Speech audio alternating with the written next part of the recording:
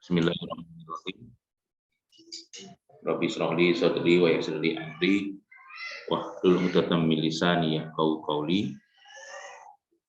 Pada malam hari ini kita melanjutkan perkuliahan kita tentang hukum perdata Islam. Untuk materi selanjutnya yaitu tentang hibah.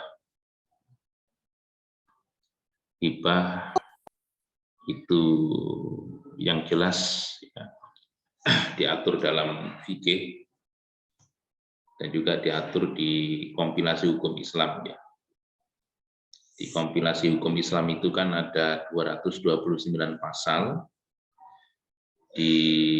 Ada 3 buku ya. Buku yang pertama membahas tentang masalah perkawinan, buku yang kedua itu membahas tentang masalah waris, wasiat, kemudian buku yang ketiga tentang hibah dan wakaf. Yang malam hari ini akan kita bahas tentang masalah hibah. Hibah itu adalah merupakan pemberian ya yang dilakukan oleh seseorang kepada orang lain. Nanti bagaimana agar hibah itu bisa sah? Tentunya harus memenuhi beberapa syarat, karena ada syarat rukun daripada hibah kan itu. Hibah ini ada 2 ya, secara fikih dan secara kompilasi hukum Islam. Walaupun toh kompilasi hukum Islam itu semuanya mengutip dari beberapa kitab kuning, termasuk Fathul Mu'in, Fathul Wahab, kemudian Mahali, atau kitab-kitab fikih yang dikarang ataupun yang dinukil oleh Imam Syafi'i ya radhiyallahu anhu. Kemudian dijadikan sebuah rumusan atau kompilasi. Kompilasi hukum Islam tahun 91 ini adalah impres ya, atas instruksi Presiden tahun 91 ini merupakan wujud ya, ataupun merupakan karya anak bangsa sebenarnya. Karena hukum KUHP kita, hukum pidana kita ya, itu yang umurnya sudah ribuan tahun, itu adalah merupakan produknya orang Belanda kan gitu. Dan alhamdulillah kemarin ada KUHP yang baru, yang mana itu nanti akan 3 tahun ke depan akan menjadi hukum positif, dan itu merupakan produknya anak bangsa kita sendiri kan gitu. Kemudian untuk KUH Perdata juga kita kan masih menggunakan peninggalan Belanda. Lah untuk KHI dan fikih, KHI, kalau fikih itu kan karya ulama timur kan gitu.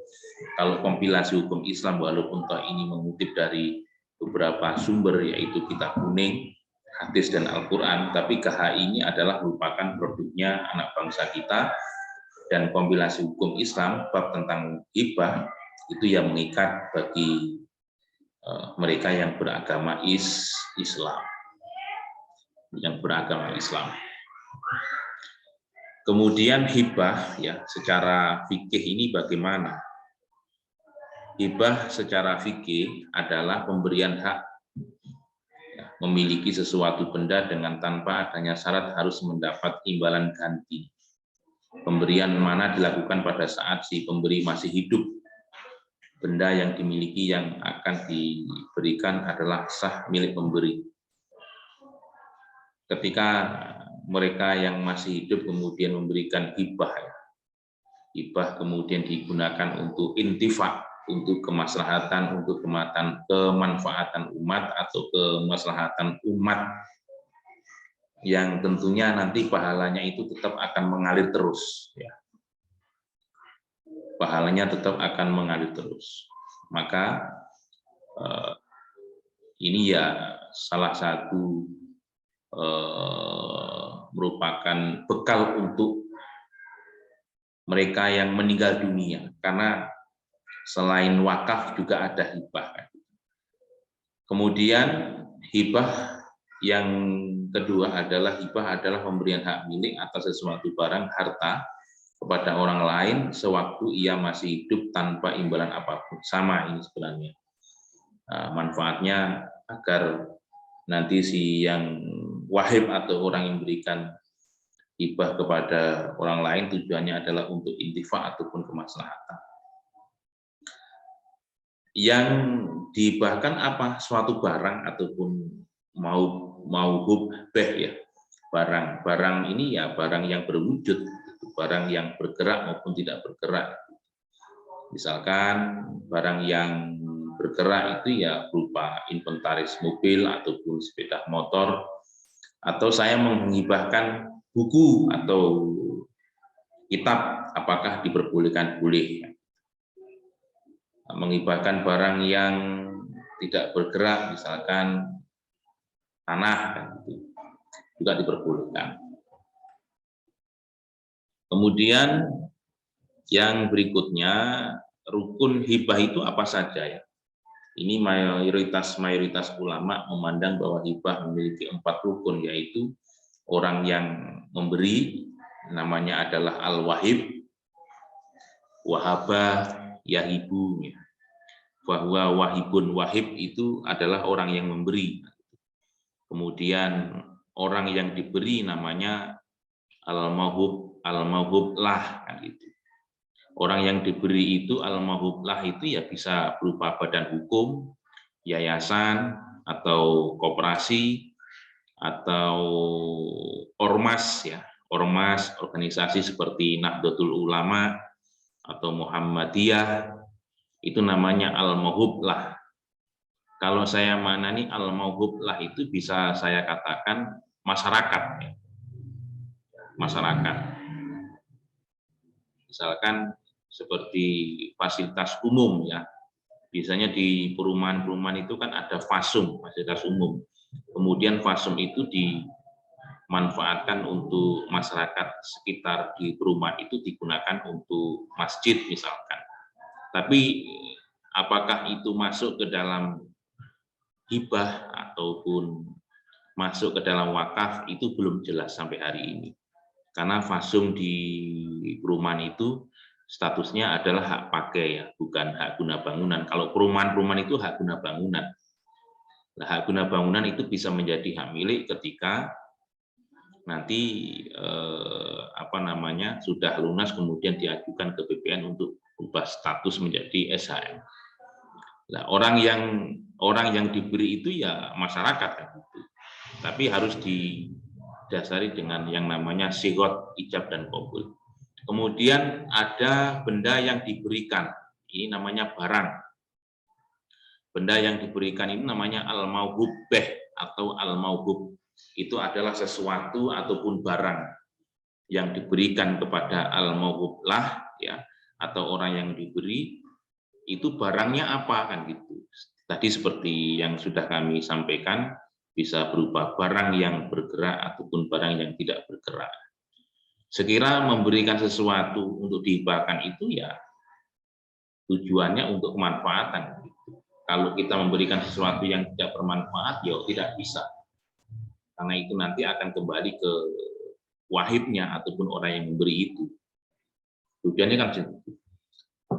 Kemudian harus ada sihot atau tanda serah terima. Di sini ada transaksi antara wahib dengan mauhublah ketika wahib itu menyerahkan barang yang akan dihibahkan kepada al-mauhublah.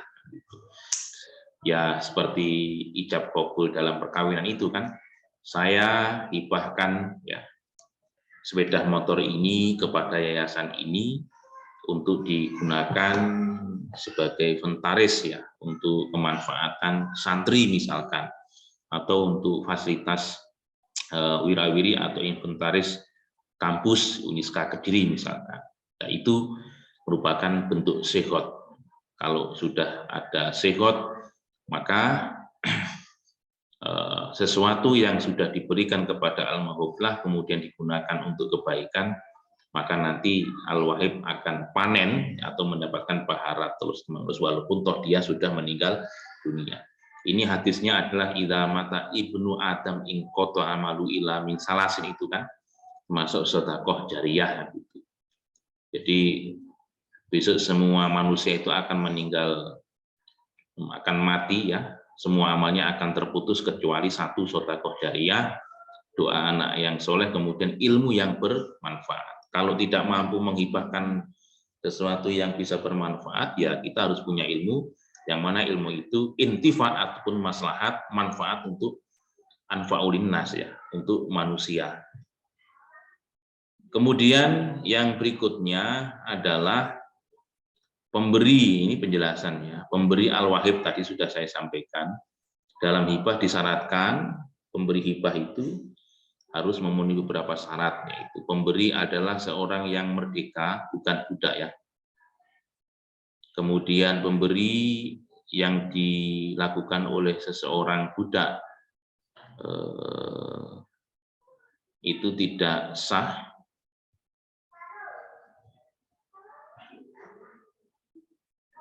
Tidak sah karena dia dan semua miliknya adalah milik tuannya. Pemberi adalah seorang yang berakal dan tidak sedang dilikuidasi ataupun al-hajru. Al-hajru itu karena kurang akal ataupun gila ya. Jadi pemberi itu ya harus cakap hukum, sudah mukallaf, sudah dewasa. Ini kalau bahasa undang-undangnya kan cakap hukum gitu ya. Orang cakap hukum itu boleh melakukan suatu perbuatan hukum, transaksi jual beli dan lain sebagainya. Pemberi telah mencapai usia balik, sudah dewasa. Ini dasarnya adalah hukum Islam. Selama dia sudah balik, ya, sudah murohek, maka boleh melakukan atau sebagai al-wahib. Ya, itu. Pemberi adalah pemilik barang yang sah.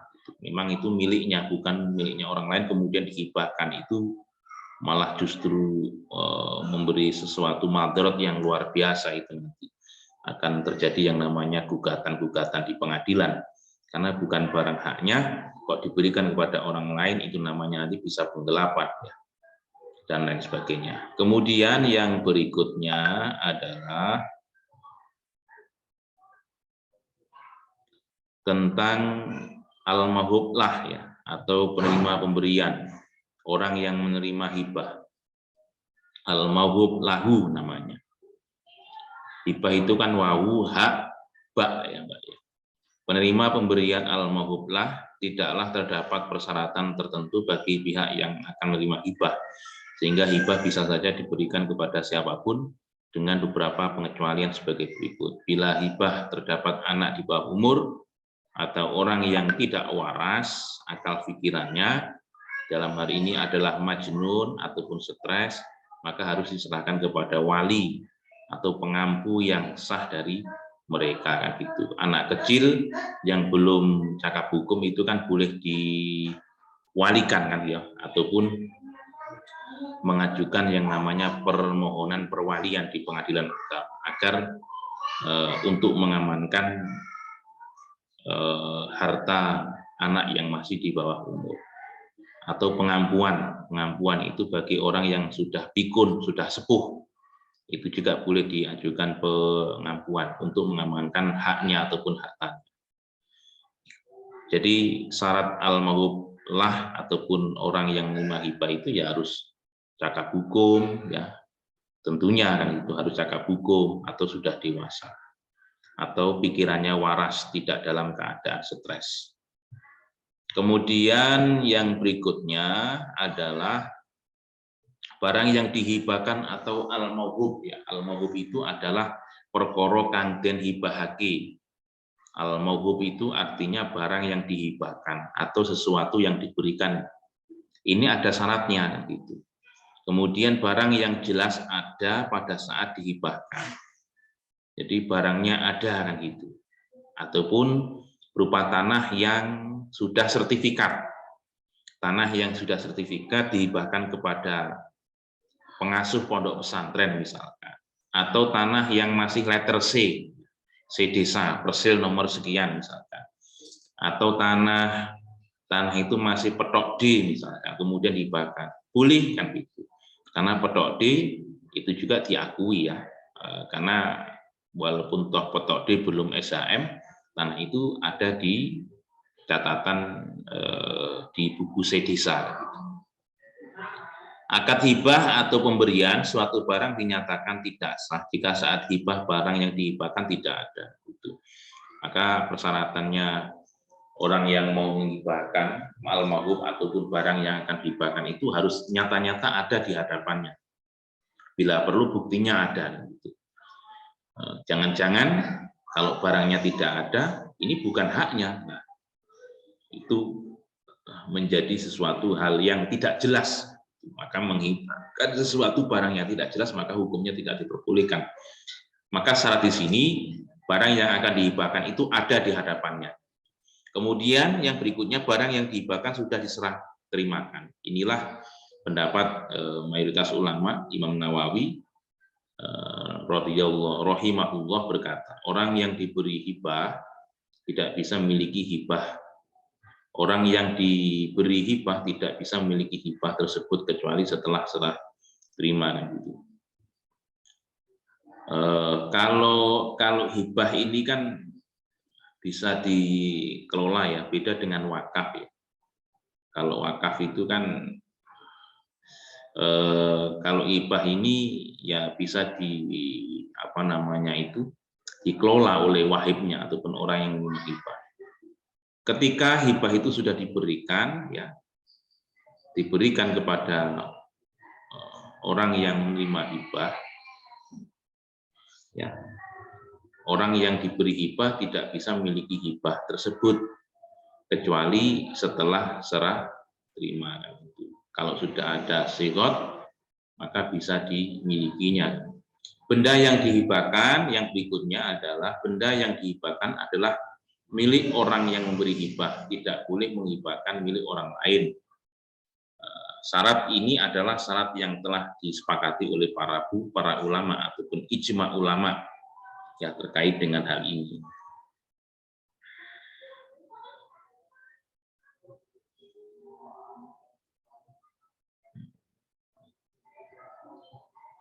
Ya Mas, sudah saya Mas ya.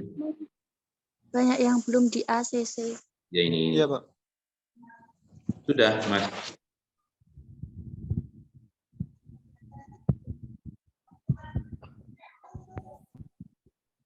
Admit all, ACC all.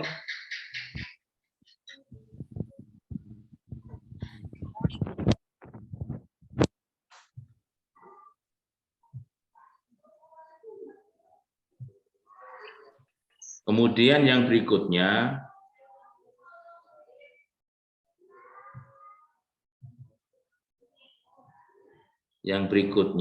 adalah tentang barang yang dihibahkan tadi sudah. Kemudian yang berikutnya sigot ya. Sigot itu ijab kabul. Karena dalam fikih itu kan ada bab muamalah. Muamalah itu transaksi.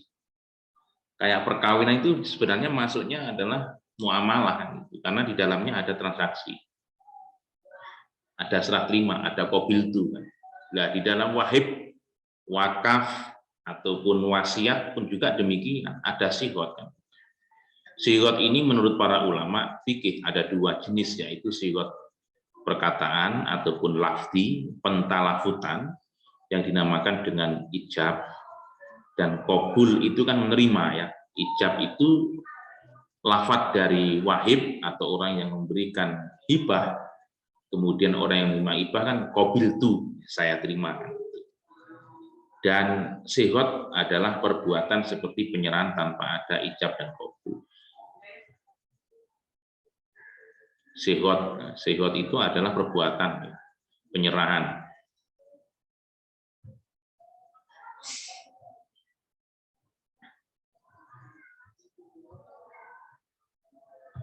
Kemudian yang berikutnya kesepakatan para ulama tadi. Kesepakatan para ulama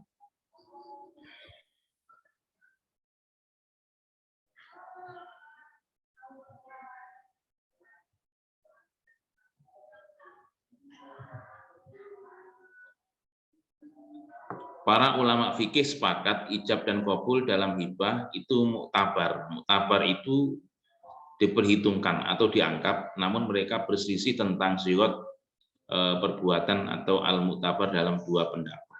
Intinya syirat itu ya dianggap kan gitu. Mayoritas para ulama masyarakat adanya ijab dan qabul dalam hibah, sedangkan madhab Hanabilah memang atau memandang al-mu'atoh, yaitu serah terima tanpa didahului kalimat penyerahan dan penerimaan. Dalam hibah itu juga sah selama menunjukkan adanya serah terima, dengan alasan Rasulullah SAW dan para sahabat beliau pada zaman dahulu juga memberikan hibah. Ini yang terjadi pada zaman dahulu, tapi intinya para ulama ini memang sepakat terkait dengan sigot. Sigot itu ya ijab dan qabul dalam hibah. Harus ada pentalafutan dari wahib, kemudian ada penerima dari al-mahublah ataupun orang yang menerima barang wakaf.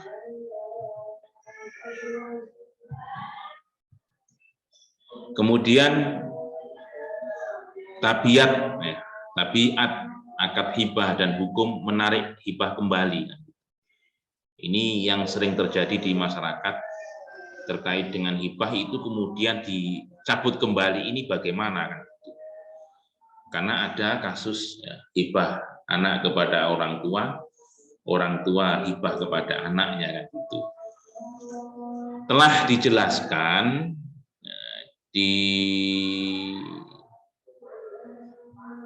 Telah dijelaskan bahwa akad hibah tidak sah kecuali setelah diserah terimakan menurut pendapat mayoritas ulama. Hal ini menghasilkan akad hibah dari sisi kepermanenannya melalui dua fase. Fase sebelum diserahkan, sebelum diserah terimakan, ketika itu hibah belum bersifat permanen. Jadi kalau belum terjadi ijab qabul, ya, itu belum bisa dimiliki oleh wahibnya. Fase yang kedua, setelah terjadi serah terima, hibah dalam keadaan seperti ini bersifat permanen dan mengikat sehingga tidak boleh ditarik kembali, apalagi didukung dengan bukti otentik ya. Kemudian si mahbublah itu mendaftarkan terkait dengan ucapan tersebut, dibawa di notaris misalkan, nanti dibuatkan yang namanya perjanjian atau akte ikrar hibah. Kemudian tanah yang awalnya SHM ya, nanti di dalam sertifikat itu di dalamnya ada keterangan bahwa tanah atau SHM nomor sekian telah dihibahkan kepada almarhumlah misalkan, kepada Ahmad. Itu akan dicantumkan dalam sertifikat. Apakah memiliki kekuatan hukum? Memiliki kekuatan hukum. Kasus-kasus seperti itu banyak sekali ya terjadi. Kalau ada bukti atau di akte otentikkan misalkan ke notaris, maka nanti ketika ahli waris berganti tahun kan, ahli waris itu suatu saat akan meminta ataupun menggugat kepada orang yang menerima hibah itu. Ketika orang yang menerima hibah itu punya bukti ya, punya bukti akta hibah, maka hal itu tidak bisa digugat di pengadilan. Walaupun toh gugat, nanti dia akan kalah karena punya bukti, yaitu yang namanya akte hibah. Kemudian hibah menurut kompilasi hukum Islam. Memang bagaimana hibah itu menurut KHI ya. Silakan nanti menjenengan melihat rumusan ataupun penjelasan tentang hibah yang dimuat di dalam pasal 171 huruf G dan pasal 210 sampai pasal 214 menurut kompilasi hukum Islam. Hibah di sana disampaikan, hibah itu pemberian sesuatu benda secara sukarela dan tanpa imbalan dari seseorang kepada orang lain yang masih hidup untuk dimiliki. Artinya penjelasan hibah di kompilasi hukum Islam dengan fikih yang saya sampaikan tadi itu sama.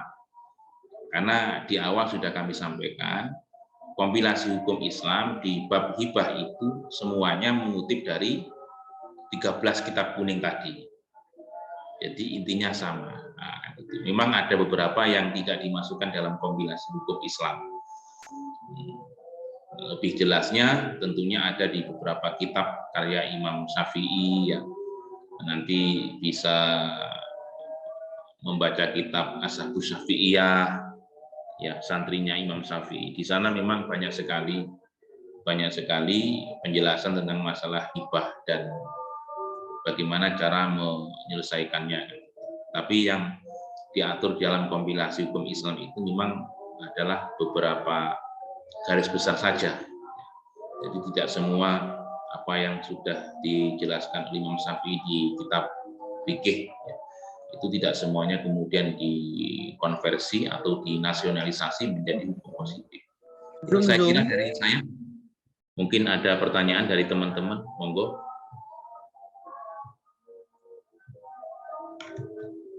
Ini ya, bab 4 hibah itu tentang pasal hibah diatur dalam pasal 210 ayat 1, pasal 211, 212, 213, 214. Dan pasal-pasal itu memang keterangannya sama sesuai dengan kitab fikih ataupun Fathul Mu'in, Fathul Wahab, dan Mahali seperti itu. Ada pertanyaan? Silakan.